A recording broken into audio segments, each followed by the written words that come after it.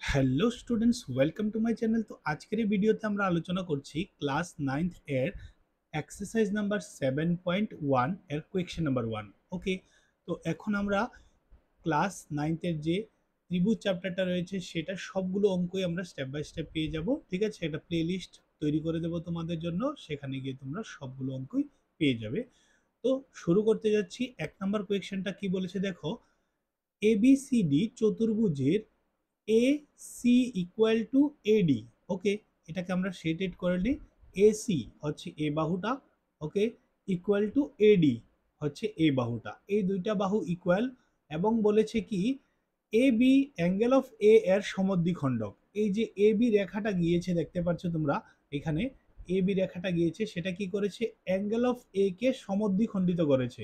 কথার অর্থ এখানে যত ডিগ্রি হবে এখানেও তত ডিগ্রি হবে। ঠিক আছে, এটা যদি 20 হয় তাহলে এটাও 20 ডিগ্রি হবে। তাহলে দেখাও যে ত্রিভুজ এ বি সি সর্বসম ত্রিভুজ এ বি ডি।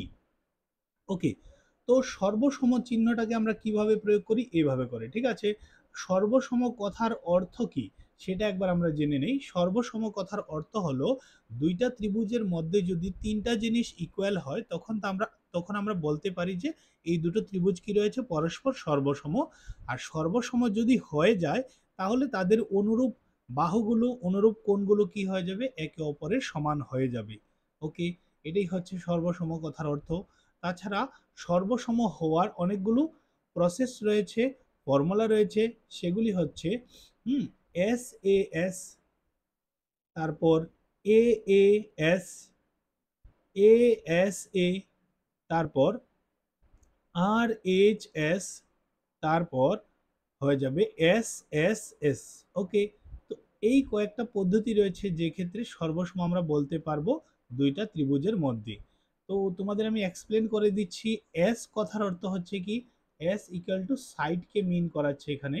ঠিক আছে, এ ইকুয়াল টু অ্যাঙ্গেলকে মিন করাচ্ছে, অ্যাঙ্গেল মানে কোণ, সাইড মানে বাহু। আর আর হচ্ছে কি রাইট অ্যাঙ্গেলকে বোঝাচ্ছে, অর্থাৎ সমকোণকে বোঝাচ্ছে। এইচ হচ্ছে হাইপোটেনিয়াস, বাংলাতে যদি বলি আমরা ও ত্রিভুজ। ওকে, দেখো এরকম একটা সমকোণী ত্রিভুজ যখন থাকে তখন এটাকে আমরা কি বলি, ও ত্রিভুজ বলি, ঠিক না? তো এটাকে বোঝানো হয়েছে এখানে। ঠিক আছে, তারপর আর তো বাকিগুলো তোমরা দেখতেই পেরেছো। তো এই ছিল ইন্ট্রোডাকশনের একটা টপিক। এখন আমরা শুরু করে নেব আমাদের ফার্স্ট কোয়েশ্চেনটা কি বলেছে এবং সেটা কি কি প্রুভ করতে হবে আমাদের। তো এখান থেকে যে কোনো একটা ফর্মুলা ইউজ হবে, সেটা দিয়ে আমরা বলতে পারবো যে দুইটা ত্রিভুজ পরস্পর সমান রয়েছে। ওকে, তো চলো আর দেরি না করে শুরু করে দিই। তো দেখো, প্রথম আমাদের কি বলেছে, বলেছে এই ত্রিভুজটা অর্থাৎ এ বি সি এবং ত্রিভুজ এ বি ডি সর্বসম, সেটা আমাদের প্রমাণ করতে হবে বা দেখাতে হবে। ওকে, তো দেখো আমি শেডেড করে নিচ্ছি ত্রিভুজ দুইটা, কোনটা কোনটা। একটা হচ্ছে A B C, A B C অর্থাৎ এই ত্রিভুজটাকে বোঝানো হচ্ছে এখানে, দেখতে পাচ্ছ তোমরা সবাই। তাছাড়া আরেকটা ত্রিভুজ রয়েছে কি আমাদের কাছে, হচ্ছে A B D. A B D কোন ত্রিভুজটাকে বোঝাচ্ছে, এই ত্রিভুজটাকে বোঝাচ্ছে। আশা করি সবাই বুঝতে পারছো। তো এই দুইটা ত্রিভুজের মধ্যে তিনটে জিনিস ইকুয়াল দেখাতে পারলেই আমরা বলতে পারবো যে এই ত্রিভুজটা আর এই ত্রিভুজটা কি সর্বসম হবে। ওকে, তো চলো সলিউশনে চলে যাই আমরা। সলিউশনে দেখো কি দিয়েছে, লিখবো আমরা ত্রিভুজ এ বি সি ও ত্রিভুজ এ বি ডি এর ক্ষেত্রে। ওকে, এই দুটোর ক্ষেত্রে কি কি ইকুয়াল রয়েছে দেখো, এসি ইকুয়াল টু এডি। ঠিক আছে, তারাই এটা আমাদের দিয়েছে, দেখো কোয়েকশনে দিয়ে দিয়েছিল আমাদের। তো এটাকে আমরা লিখে নেব কি প্রদত্ত। ওকে, তারপর অ্যাঙ্গেল অফ এটা। ওকে, এটাকে তোমরা নেমিংও করতে পারো 1 2 দিয়ে। তো অ্যাঙ্গেল 1 ইকুয়াল টু অ্যাঙ্গেল 2 লিখে নেবে। ঠিক আছে, তো এটা আর এটা ইকুয়াল হয়েছে কেন, কারণ এ বি দ্বারা কি হয়েছে, এ বি দ্বারা অ্যাঙ্গেল অফ এ সমদ্বিখণ্ডিত হয়েছে, সমদ্বিখণ্ডিত হয়েছে। ঠিক আছে, তাছাড়া দেখো আর কি ইকুয়াল রয়েছে, এটা আর এটা ইকুয়াল তো তারা দিয়েছিল, আর এটা এটা সমদ্বিখণ্ডিত হওয়ার কারণে ইকুয়াল হয়েছে। আর একটা জিনিস কি ইকুয়াল রয়েছে তোমরা দেখতে পাচ্ছ এখানে। তো দেখো এই যে বাহুটা দেখতে পাচ্ছ মধ্যে রয়েছে, এই বাহুটা কিন্তু দেখো ব্লু কালারের ট্রায়াঙ্গেলেরও একটা বাহু, ইভেন ইয়েলো কালারের ট্রায়াঙ্গেলের একটা বাহু রয়েছে। তো একবার আমরা কি লিখবো, ব্লু কালারের জন্য লিখবো এবি, এবং আরেকবার লিখবো আমরা ইয়েলো কালারের জন্য A B. A B equal to A B, আর এটাকে আমরা লিখে নেব কি সাধারণ বাহু, যেহেতু দুটোটাতেই রয়েছে তাই আমরা লিখবো সাধারণ বাহু। সাধারণ মানে দুটোটাতে থাকলেই বলা হয়।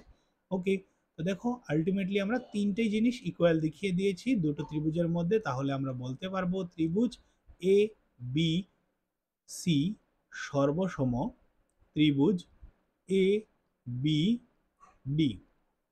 ওকে, কারণটা কি হয়ে যাবে, এটা দেখো বাহু, বাহুকে আমরা কি দ্বারা প্রকাশ করি, এস দ্বারা।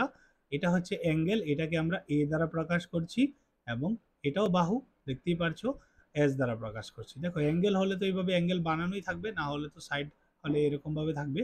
তাহলে কি লিখতে পারবো, সাইড অ্যাঙ্গেল সাইড। ওকে, বা বাংলাতেও তুমি লিখতে পারো এইভাবে করে বাহু, তারপরে একটা স্ল্যাশ দিয়ে কোণ, তারপরে একটা স্ল্যাশ দিয়ে বাহু। ওকে, ক্লিয়ার সবাই? তো এই অর্থে আমরা বুঝতে পেরেছি যে এই ত্রিভুজটা এবং এই ত্রিভুজটা পরস্পর সর্বসম হয়ে গেছে। এখন তাদের অনুরূপ কোণগুলো, অনুরূপ বাহুগুলো এরা ইকুয়াল হয়ে যাবে, ঠিক আছে? তো দেখো নেক্সট আমাদের একটা পার্ট ছিল কি বিসি এবং বিডি, হ্যাঁ, সম্পর্কে তোমাদের কি বক্তব্য, মানে বিসি এবং বিডি কি হবে, তারা কি ইকুয়াল হবে না, বড় হবে, ছোট হবে, কি হবে, সেটা আমাদের কাছ থেকে তারা জানতে চাইছে। তো দেখো বিসি হচ্ছে কি, এই যে ব্লু কালারের ট্রায়াঙ্গেলের, হ্যাঁ সরি ইয়েলো কালারের ট্রায়াঙ্গেলের একটা সাইড, এবং বিডি হচ্ছে ব্লু কালার একটা ট্রায়াঙ্গেলের সাইড। তো এটা আর এটা কি অনুরূপ বাহু না, এটাও এভাবে যাচ্ছে, এটাও এভাবে যাচ্ছে, ঠিক আছে?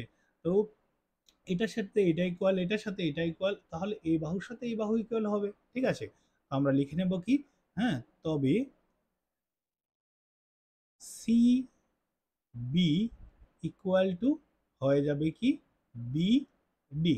ওকে, সিবিও লিখতে পারো, বিসিও লিখতে পারো। আচ্ছা বিসি লিখে দিচ্ছি কারণ তারা যা দিয়েছে আমাদের, বিসি, এই দুইটা ইকুয়াল হবে, কেন হবে, অনুরূপ, অনুরূপ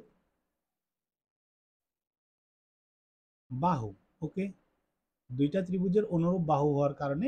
তাছাড়া এখানে আরেকটা জিনিস লিখতে পারো বাই সিপিসিটি।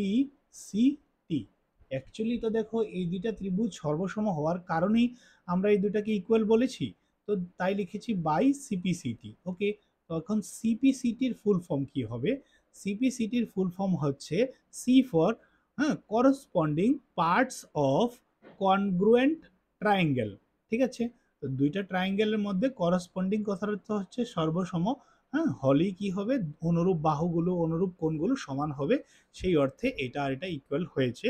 এইভাবেই আমাদের কোয়েশ্চেন নাম্বার 1 কমপ্লিট হয়ে গেছে। তারপর দেখবো আমরা কোয়েশ্চেন নাম্বার 2।